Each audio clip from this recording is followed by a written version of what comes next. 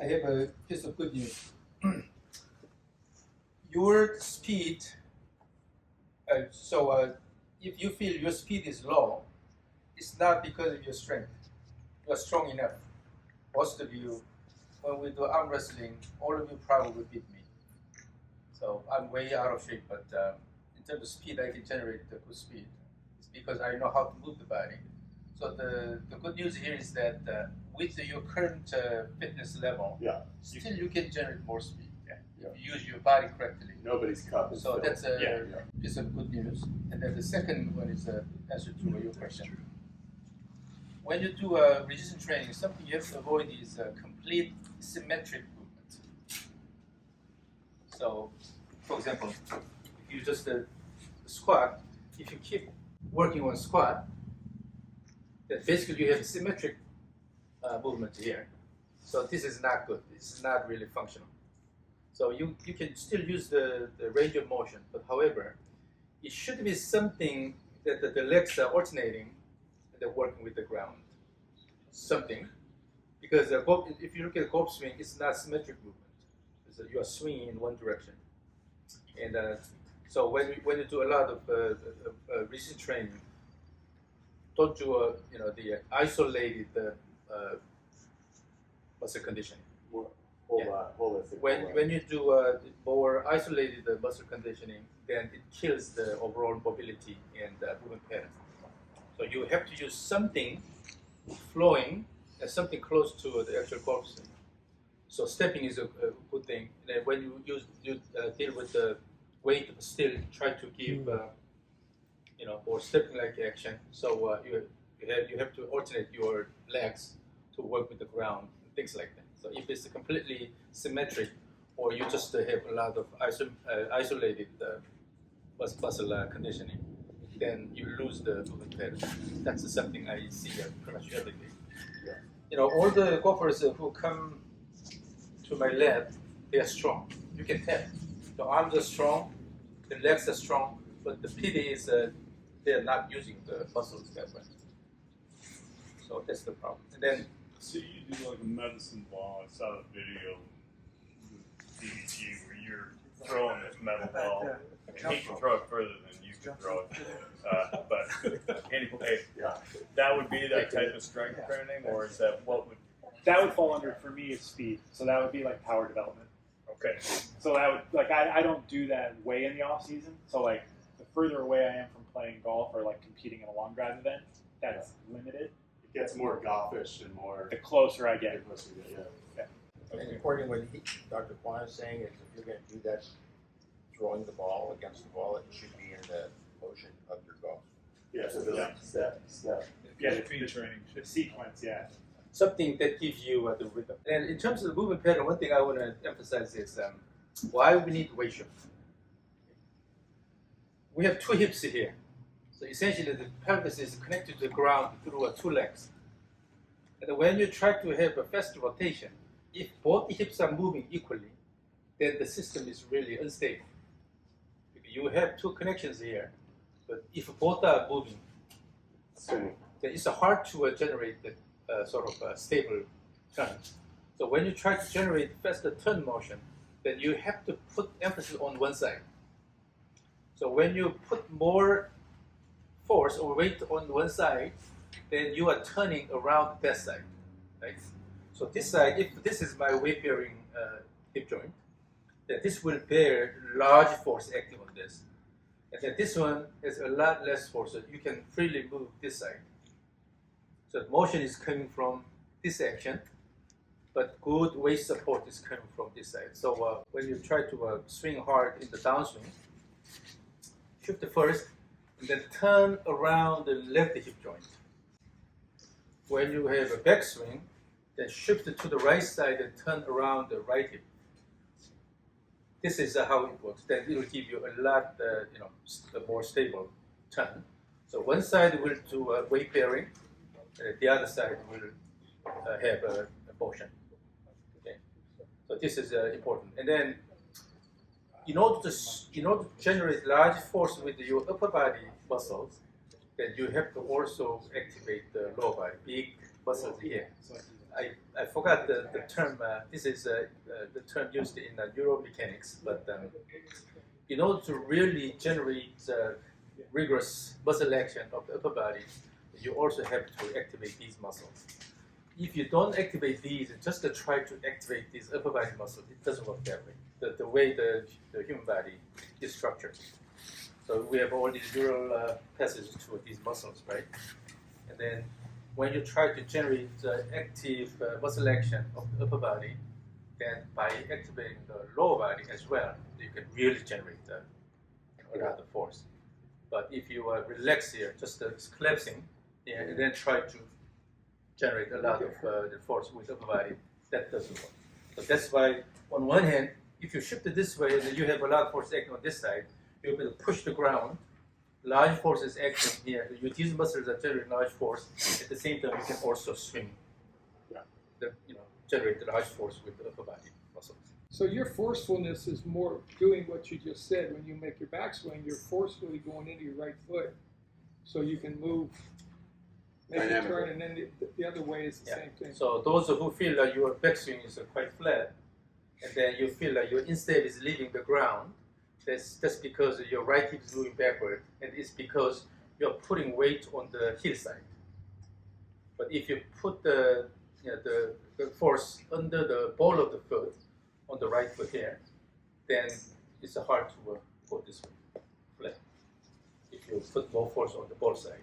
So during the backswing, it should be more on the ball, and on the way down, initially it will be under the ball, but then as you go into the follow through, you'll be moving toward the heel. But particularly during the backswing, try to put your force under the ball of the foot, right foot, and have a good, shift the weight to the right side. And this is a bit slightly different topic, but this is actually a paper published in dance, the ballet dance. Okay.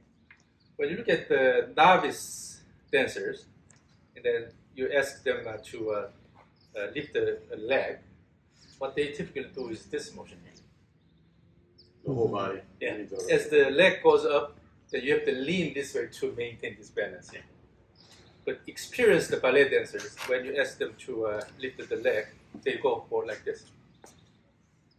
So shift the whole body this way, Not just the other. and then lift the leg here. So your upper body still maintains this orientation here, and then so you'll see more shift instead of just turning like this. There's a paper published. Sure, that's good. The same thing in golf swing.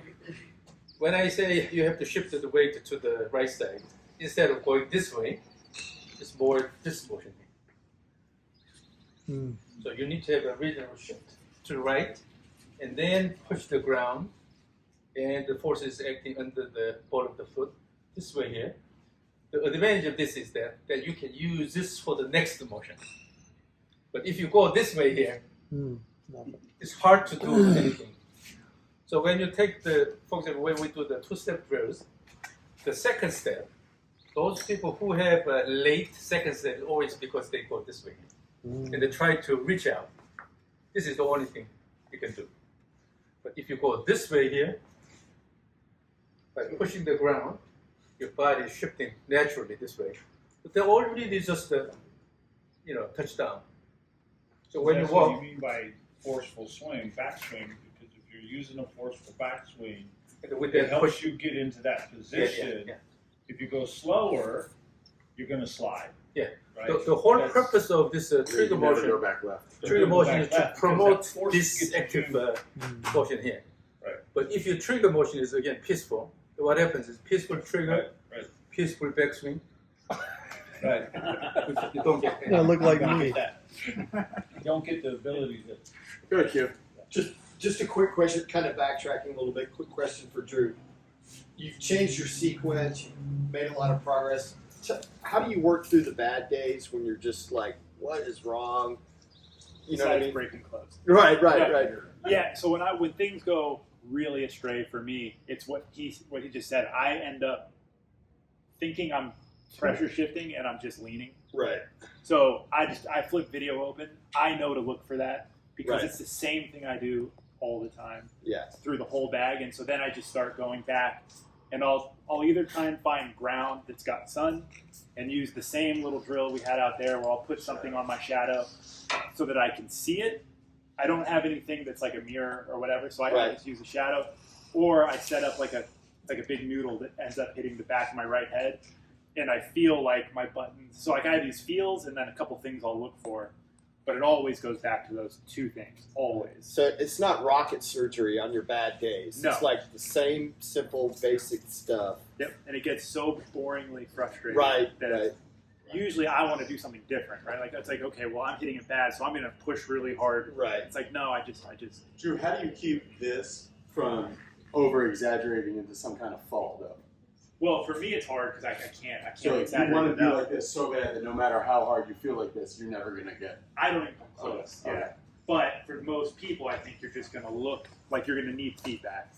His tempo is relatively fast, so he has no time to actually go this far. Oh, okay. There's no time. So because it's so His fast, swing is really compact. start So going go down up before here you- and then let it go. But in this process, you cannot overdo this. So generally, my favorite verse in Bible, some of you should know already, but it's Matthew 13:16. For somehow I still remember this. When I was fortunate to memorize some of these verses, but blessed are your eyes, for they see, and the ears, for they hear. Right. So earlier we talked about the baseball batting, for example. In baseball batting, you never shift and turn at the same time. You can't do that. So if you lift your leg, but still you will touch down first, establish good connection with the ground, and then you will turn your. You're saying, oh, you wouldn't see this foot in the air as they're going this way. Yeah. And that's what I saw with a lot of people's left heel yesterday. Yeah. They code here. The left heel still Neil and I think 3 others. They're starting the downswing, and then it plants. And So they, the same idea here. Yeah. When you shift it this way, and then you are more or less leaning this way, then what happens is the stepping and then turning at the same time. But if you have a good push, and they keep the body more upright and even into the reverse pivot position, and already touch down before you reach the top of backswing, and then let it go here. So you will be able to shift, finish the shift way earlier. So we have similarities here: baseball batting and golf swing. So by watching those and recognize the key components there, then your eyes are blessed. Yeah. If you can do that. Yeah? Yeah, Okay, I would, guys. Go ahead, Drew. I Lane, would say Lane, from a go. teaching's perspective, what happens with me more than often is I get people that they bought totally into weight shift. And they do what Dr. Kwon said yesterday, that you move left, you move your whole body. You don't do a pressure shift. And that's a huge difference. So I would take the weight shift out of your vocabulary and do a pressure shift in your feet like Dr. Kwon is talking about, because that changes what you're doing. They're not the same. One's moving to center of mass, the other one's moving to center of pressure. Yeah, so when you lean like this, that you really have center of mass right above the leg. Hey, stop making fun of me. But if you just increase the force on this side, then you will be able to do this. You're still going to move your center of mass a little bit, right? A couple Wait, inches. I mean, I don't The center even of think about mass it. is I right. feel it doing wrong. I feel it in my feet. I don't feel it in my 2 body. inches, 1.5 inches or so. Yeah, about 2 inches on the average. At the mo, yeah. And then you said something about the ball of the foot, of the trail foot. Everyone I think has been taught to go heel. Yeah, Right, deep so into the into the heel. heel. I was Way to thinking go. that exact Yeah. same thing. Yeah. That When was this happens, different. what happens also, your body is moving backwards, and then you are standing up. But if you keep this spine axis and then just put more force on the right side here, the force is acting under the foot, then it's easier to use the leg to do the next motion here. But if you put the force on the heel side here, and your body is standing up and going flat here, it's hard to do anything after that. It's for the up feel. Yeah, up, yeah. You do that? Go Yes, I ball. was saying that was a big change for me a while back. And then in the caliber swing, I emphasize leaning forward a bit more, right? And then he is more vertical plane here. This is to promote that. Although instead of explaining all these things, I just try to use the drill to naturally induce those. But the problem is that when you are doing caliber swing, you are doing it well. But when you go to the golf swing, then suddenly you fall back. What's funny is my really good friend's like a semi-pro tennis player. Yeah. And I stayed with him last night. So I'm explaining this ground force and this and all. He goes, "Yeah, it's the same thing in tennis." Yeah. It's The thing is, the with same tennis, the thing. ball's coming at you. It's the you ball's have coming nothing at to you. think at, and you just can't- do it. He was like, "Yep, you get But- that." It was a lot of the same Sometimes. principles. Yeah. that I Because was I just like, studied yeah. the different sports, so I see the general principles here. So I can see this in a broader perspective. But if you just work in golf, sometimes it's hard to catch all these things. But so the intention is, by using the drills, I want to naturally induce all these things. But if it doesn't work, then it is important to understand why we're doing certain things. So that's why today Then you can take it explain with this. you. If you don't understand it, you can't. Yeah. So you can only As soon you as it can doesn't only work, see they'll abandon it. Yeah. Right back. as much as you understand. So I don't understand. I think maybe a good time for explaining some of And these. going back to what Dr. Kwon said about the foot and going to the heel, I can remember things I heard in the past about Hogan had a special cleat on the inside of his shoe that was longer, so he couldn't go like that, so he had to keep the foot flat on the ground. I feel my right foot turning in my shoe like this when I'm going back, so that way I don't get pressure back. If you get outside here on your foot, if you get outside here in your foot, now I've lost the inside. Now I've lost the ball of the foot. But if I keep my foot there, I'm actually pushing with my foot kind of down like this, but it's not moving. But I'm keeping that ball on that foot, so then I can get over here and feel the pressure shift, as opposed to getting back on the heel.